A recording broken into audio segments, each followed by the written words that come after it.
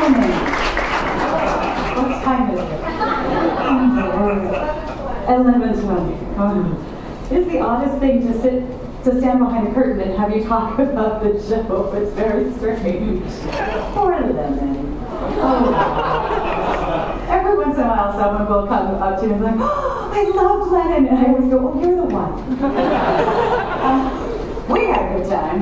I don't know about everybody else, but we had a good time. Oh, look, see, there it is, right there. There's John.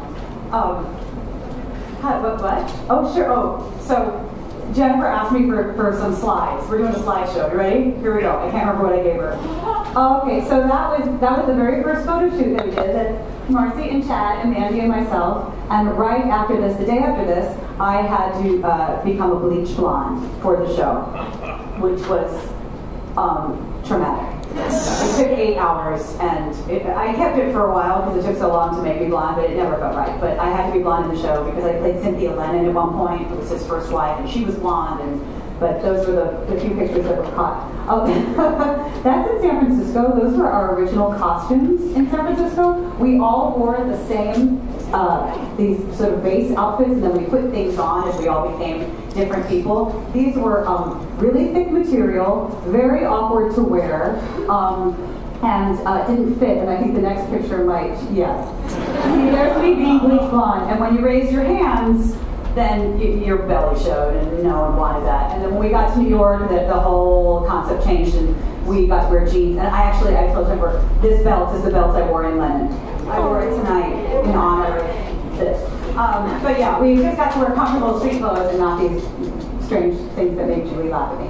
Oh, this is opening night when Yoko came up on stage, because she's Yoko, and sang "Give Peace a Chance" with us. And I do remember in that moment, of all things, thinking, Yoko's very tiny. She's a teeny little woman.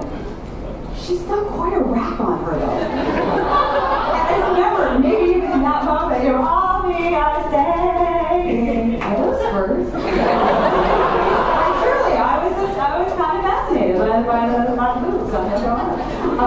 But yeah. Oh, this is our favorite. This is the quote that they dropped. The first big hit of the season has out Mamma Mia to Mamma Mia. Is that a compliment? And that's pretty much the best we got, so, you know. Oh, and that was at our, we did a photo shoot. This is back when we thought we were going to be a hit. For Newsweek. We did a photo shoot for Newsweek. And that was fun. We got our makeup done. There was some fancy photographer. We were in San Francisco at the time. And yeah, those are the boys. That's Darren, who is the standby for the guys, who is this genius Beatles savant and knows everything. And I used to call him and our director Don Dungeons and Dragons because they knew too much about the Beatles. It was disturbing. They'd be like, "Hey, Darren, what color socks did Paul wear when they recorded Let It Be?" He's like, "He wasn't wearing socks, but too much." Not too far. He's a genius musician.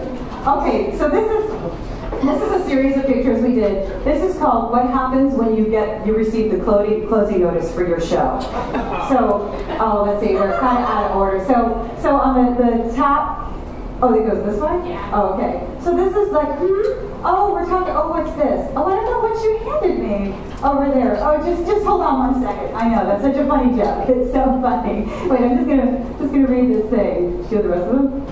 Do the next one? Oh, I'm gonna read this. Wait, what the hell is this? What the hell is this closing notice? You know what? You can take your closing notice and you can suck it. And that because on Broadway, even though the producers come and explain to you, the notice is going up, there is actually a physical notice by law, by union law, that has to go up. And you're kind of like, really? Do you have to add insult to injury and have to be there like, ooh, ooh, ooh? But you have to, and it's sort of sucky. But is that, oh, okay, so we were supposed to do the San Francisco out of town, and then we were supposed to go to Boston, and then come into New York. And then after San Francisco, with the costumes, and they decided to do a bit of an overhaul of the show, so we canceled Boston completely, and came back to New York and rehearsed. And cut to, a year later, I'm touring as Elphaba in the Wicked skit, and we go to Boston, and we're we're getting our tour of the theater, and they have all these posters from the shows that have been there, and in a staircase, hidden in a corner, is a Lennon poster. So when I had my shiz out, my shiz on, I took this picture and I sent it to the cast. And yeah, that's what went on there. Even the poster changed. Even that wasn't even the final artwork. Everything changed. It was very interesting, but that was nice. Yeah, see, that was the final artwork with John with the rainbow glasses. And we used to, as they mentioned, we played two rather smallish houses. And we used to, it was pretty casual. We used to do what we call the Lennon look, where one of us would just sort of peek out the curtain, and it would be like this. Oh, no, empty over there. Okay. Oh, there's some people in here. Great. But it's one of those weird things. We had such a good time doing the show, and there were people like y'all who were digging it, and we could feel them digging it. And it's like this strange lesson that you learn, even with the kind of the biggest piece of shite you ever do. Somebody out there is digging it for reasons you don't know. And it's not for you to know. It's for them to enjoy. So you have to do it for them. You can't go on stage and be like, I know this sucks, you know this sucks, let's do it. You know, you have to do it. And that's what, it's an odd trick, but it's truly, you know, in that way, doing a Wicked is easy. Because everyone's like, you put my mom on a cherry picker and paint her green. They'd be like, it's the best show ever!